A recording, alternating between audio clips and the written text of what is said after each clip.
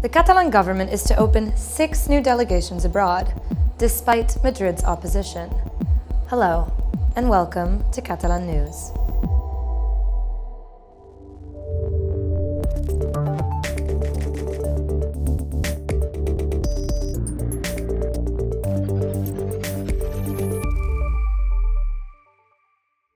Should Catalonia have an international voice?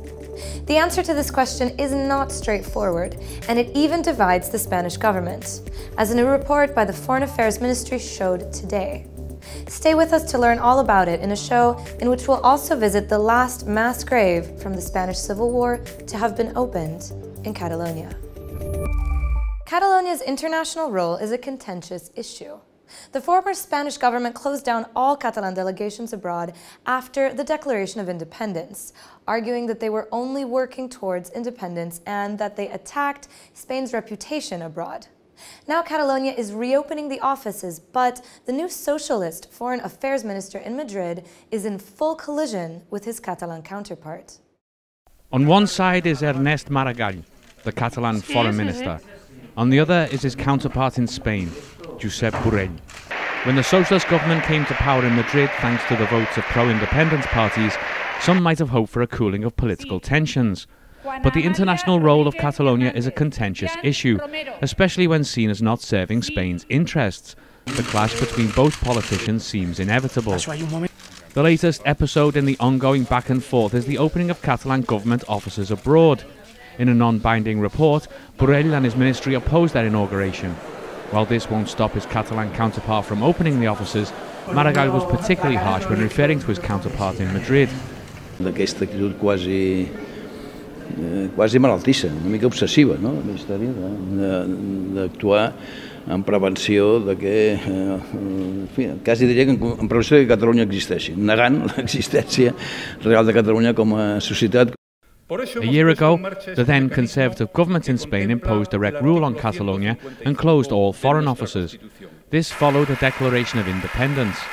One of Maragall's objectives as minister is to reopen them and put new ones to work.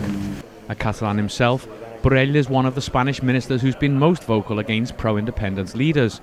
In a recent international forum held in Barcelona, he vetoed the Catalan president, arguing he didn't want to give him a stage from where he could vilify Spain's good name.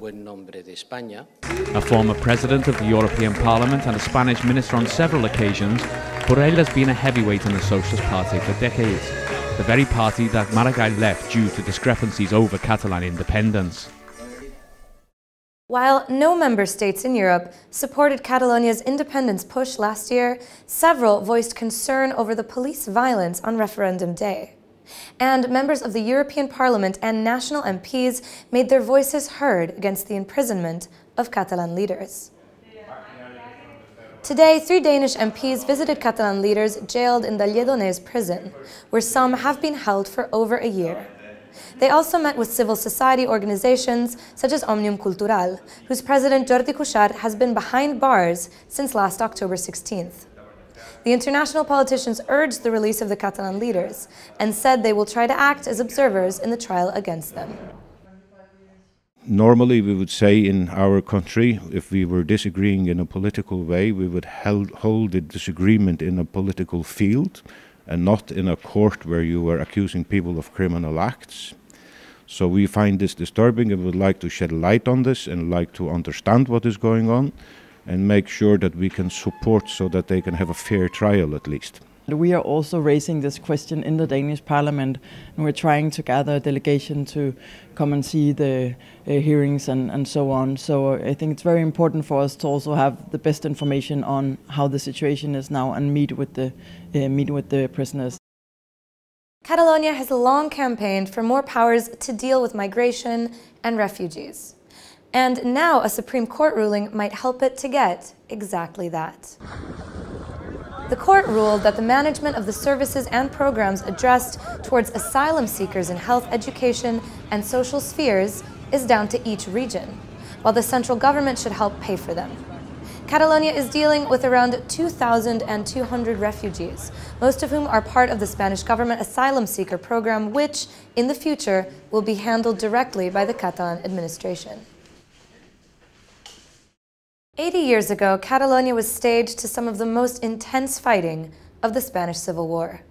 And the consequences and open wounds of that conflict are still palpable decades later, as we saw today in the small town of Prats de Lluçanès.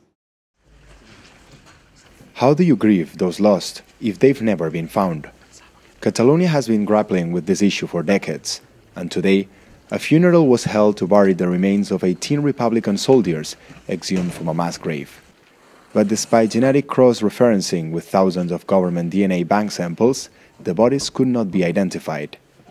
The exhumations, the DNA bank, the ceremonies, all are part of an effort to recover historical memory, an acknowledgement too long overdue of not only those who fell in the war, but also of the victims of the Francoist dictatorship that followed. Perquè l'oblit no sigui l'èxit darrere del feixisme. Necessitem el suport del coneixement històric. But some are still missing. Llorenç Sant Miquel, for example, is thought to be buried not far from where the others were exhumed. This because of a recovered letter written to his wife, one he never got to send. Ell tornava a casa i sense més ni menys el van liquidar. Prats de Lluçanès was the scene of an intense battle. 250 Republican fighters were killed. Under the Catalan government's initiative, 2 of the 7 mass graves in the area have been opened.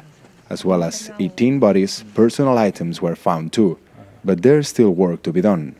The mass graves found in Catalonia are over 500. The Doc Field Festival of Documentary Photography is underway in Barcelona. Let's take a look. The festival focuses this year on all the gray areas one can find in love. From romance to family love to issues such as abortions or love in old age. One of the exhibits is by Olivia Harris, and it focuses on abortion in Ireland and the controversial amendment to the Irish Constitution that, until a recent referendum, gave the same right to life to a fetus than to a mother. Don't miss these exhibitions totaling almost 30 all around Barcelona until December 9th. And with this, we finish today's show. We leave you with footage from another exhibit in Barcelona, this one about cinema, a must-see at the Filmoteca. Enjoy, and see you on Monday.